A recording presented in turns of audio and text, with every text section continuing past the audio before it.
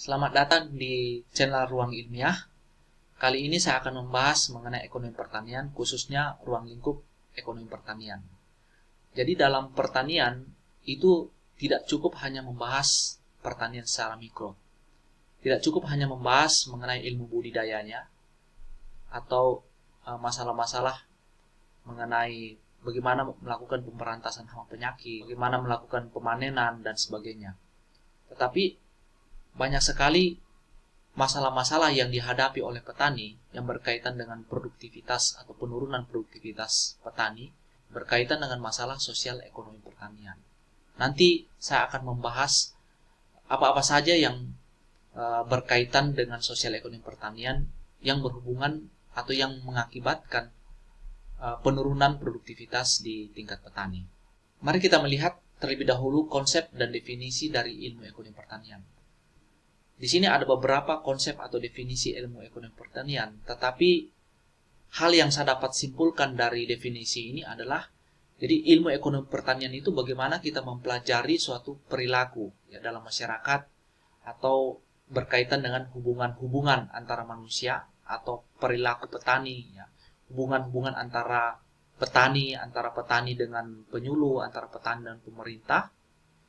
Juga ilmu ekonomi pertanian itu juga disebut sebagai ilmu ekonomi umum, di mana ilmu ekonomi pertanian itu berkaitan atau berhubungan dengan fenomena-fenomena atau persoalan-persoalan yang berhubungan dengan pertanian, baik secara mikro maupun secara makro.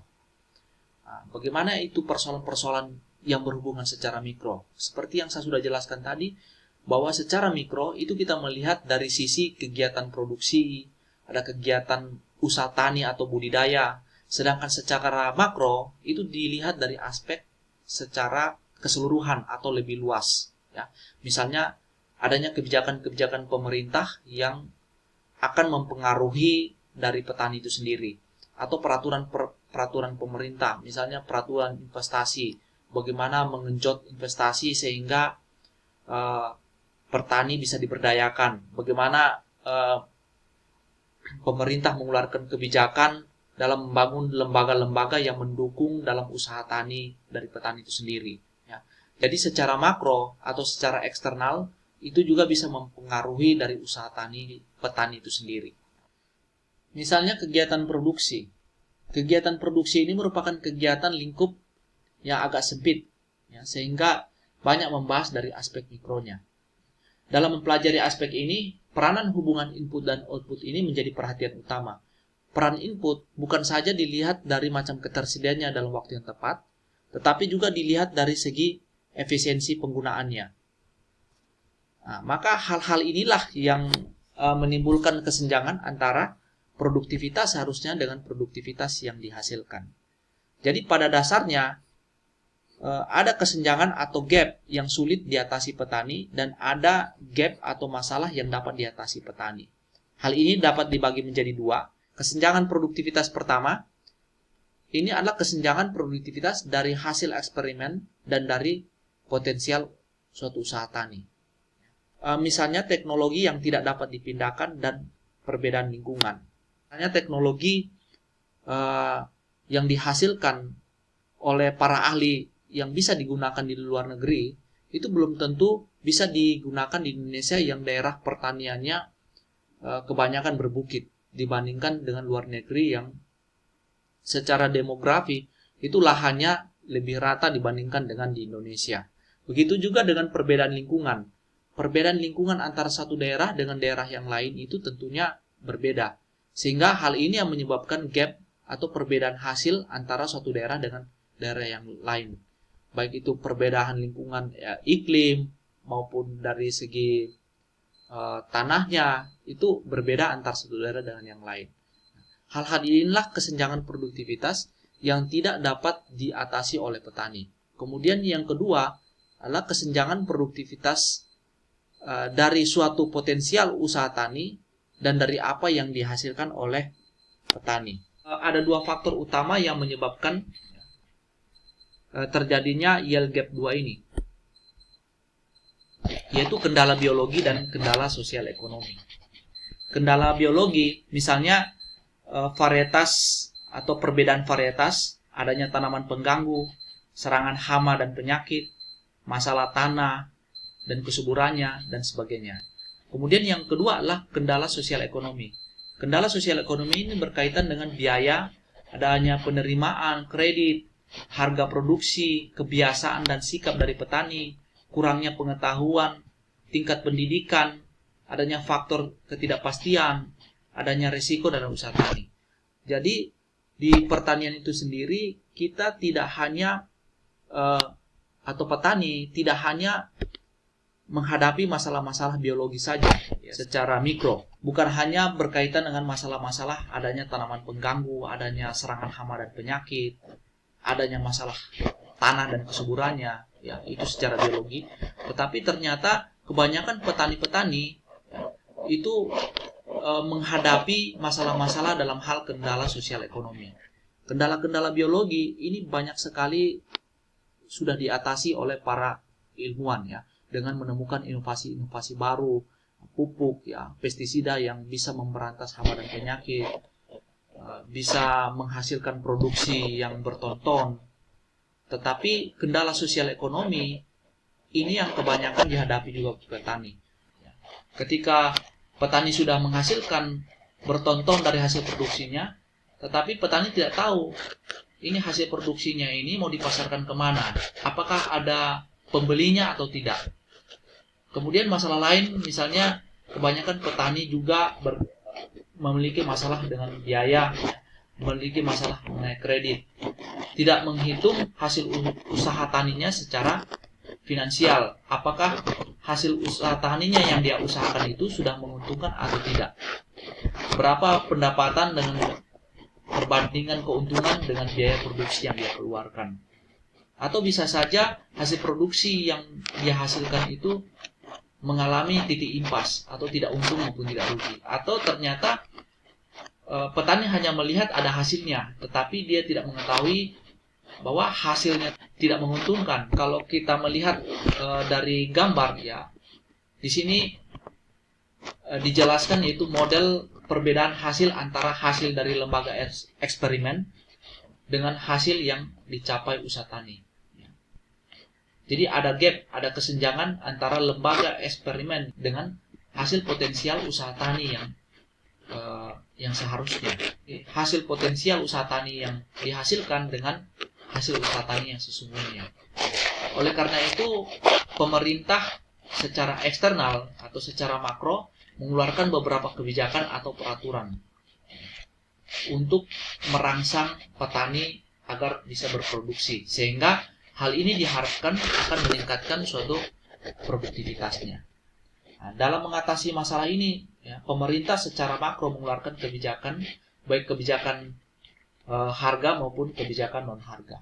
Kebijakan harga misalnya pemerintah menetapkan harga dasar, yaitu merangsang petani dalam melakukan usaha taninya, sehingga petani termotivasi untuk berproduksi karena harga yang dia hasilkan adalah harga yang menguntungkan bagi petani. Nah, sedangkan kebijakan lain yaitu kebijakan non harga. Kebijakan non harga misalnya pemerintah membangun koperasi unit desa yang dekat dengan lokasi petani atau dekat dengan sentral produksi pertanian, sehingga hal ini akan memudahkan petani dalam mengakses sarana produksi atau mendapatkan sarana produksi pertanian atau input produksi. Juga petani bisa mudah dalam memasarkan hasil produksinya ya, ke lembaga atau ke UD.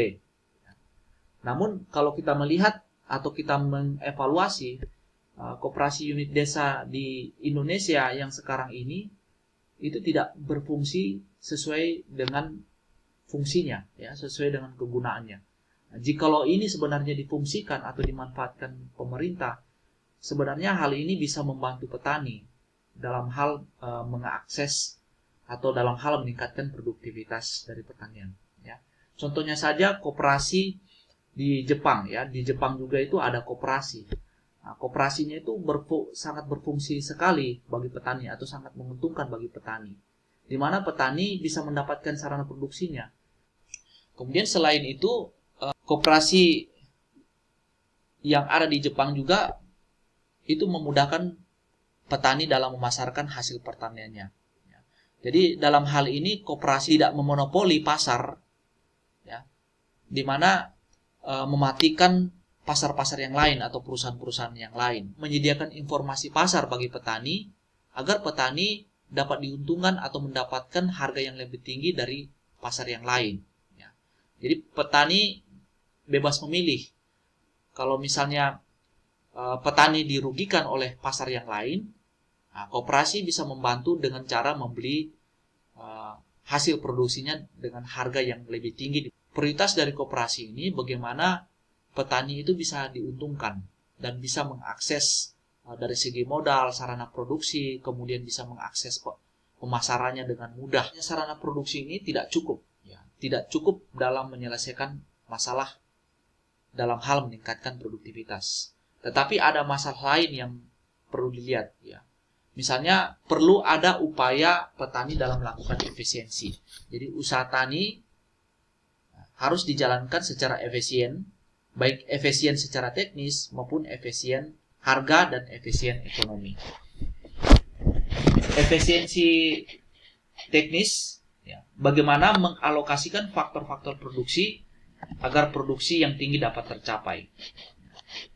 Jadi secara teknis ini mengalokasikan faktor produksi, ya, agar petani bisa meningkatkan produksi secara optimal. Kemudian efisiensi harga ini berkaitan bila petani mendapatkan keuntungan yang besar, di mana hal ini dapat dicapai ketika petani bisa membeli faktor-faktor produksi dengan biaya yang murah dan menjual hasil produksinya dengan harga yang tinggi. Sedangkan efisiensi ekonomi ini gabungan antara efisiensi teknis dan efisiensi harga. Selain masalah efisiensi yang mempengaruhi produktivitas, juga masalah lain itu masalah pemasaran. Aspek pemasaran ini dipengaruhi oleh keseimbangan permintaan dan penawaran. Perubahan permintaan itu dipengaruhi tingkat pendapatan konsumen, tingkat harga, kemudian selera. Sedangkan penawaran atau perubahan penawaran itu dipengaruhi oleh faktor-faktor produksi dan manajemen. Jadi kalau faktor-faktor produksinya mahal, tenaga kerjanya mahal, maka tentunya harga yang ditawarkan kepada konsumen itu lebih mahal, ya, atau harga dari komoditinya itu meningkat. Nah, selain itu keseimbangan permintaan dan penawaran ini dipengaruhi oleh bentuk pasar dan faktor eksternal. Faktor eksternal. Jadi faktor eksternal misalnya ada peraturan pemerintah, ya, kebijakan-kebijakan pemerintah yang mempengaruhi pasar atau mempengaruhi petani atau mempengaruhi penjualan dari komoditi. Misalnya harga bahan baku impor naik, harga pupuk naik, maka itu akan mempengaruhi dari faktor-faktor produksi. Biaya faktor produksi mahal, komoditi yang dia hasilkan, yang dia jual ke pasar juga akan mahal. Selain itu bentuk pasar, ya, ada pasar monopoli, pasar oligopoli, ya, pasar persaingan sempurna. Ya. Jadi bentuk-bentuk pasar ini saya tidak akan membahas ini, tetapi yang saya mau jelaskan di sini bahwa bentuk pasar adalah di mana akan mempengaruhi keseimbangan dari permintaan penawaran itu sendiri. Perubahan keseimbangan antara permintaan dan penawaran akan menentukan dari perubahan harga, ya. Jadi pengaruh harga komoditi substitusi maupun harga dari komoditi komplement itu penting sekali, ya, akan mempengaruhi keseimbangan dari permintaan penawaran. Jadi kalau misalnya harga komoditi yang ditawarkan oleh petani lebih mahal, maka konsumen akan beralih pada komoditi substitusinya atau komoditi penggantinya. Ketika komplement dari komoditi itu misalnya naik, ya, biayanya naik, maka ini akan mempengaruhi penjualan dari komoditi yang dihasilkan oleh petani. Jadi selain keseimbangan permintaan dan penawaran, ya, juga masalah-masalah pemasaran yang lain banyak, ya. Misalnya masalah produknya, ya, 4P lah, ya, price, ya, produk, kemudian masalah tempatnya, promosinya, dan sebagainya. Ada beberapa faktor yang mendorong kenaikan harga dan yang akan menimbulkan inflasi.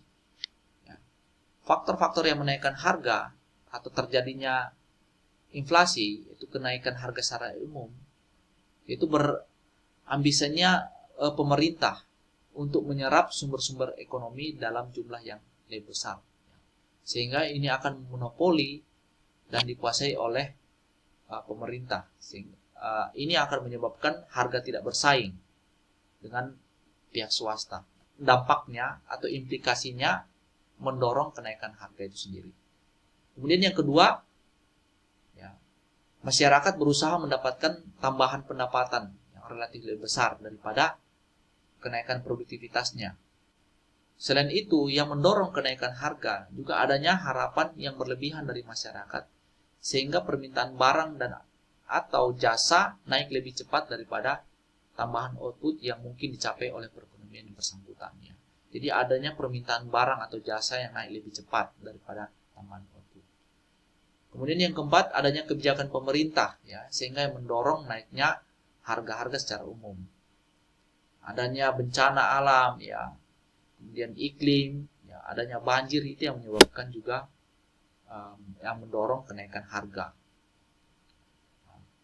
Selain itu adanya resesi ekonomi yang menyebabkan atau yang menimbulkan inflasi, itu yang menimbulkan kenaikan harga secara umum. Oke, saya kira sampai di sini dulu mengenai ruang lingkup ekonomi pertanian. Untuk selanjutnya saya akan membahas topik-topik yang lain seputaran mengenai ekonomi pertanian.